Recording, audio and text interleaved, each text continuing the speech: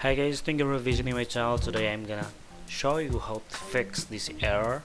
Okay, just click this arrow up, click this icon, Windows Security, or if you don't have arrow up here, just click the menu, settings, update and security, click Windows Security, then virus and threat protection,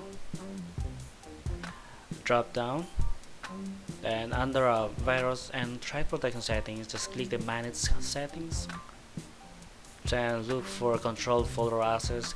This is the protect files, folders and memory areas on your device from unauthorized changes by unfriendly applications. Just click the manage controlled folder access, then controlled folder access protect files, folders and memory areas on your device from unauthorized changes by an unfriendly application. Just turn it off, yes, then close it. So now we'll check the applications if we have a problem.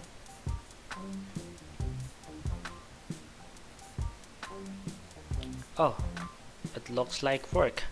Okay, we don't have pop-up error here. So now we can create new project. Okay, sorry, just close it. New project. Then that's one.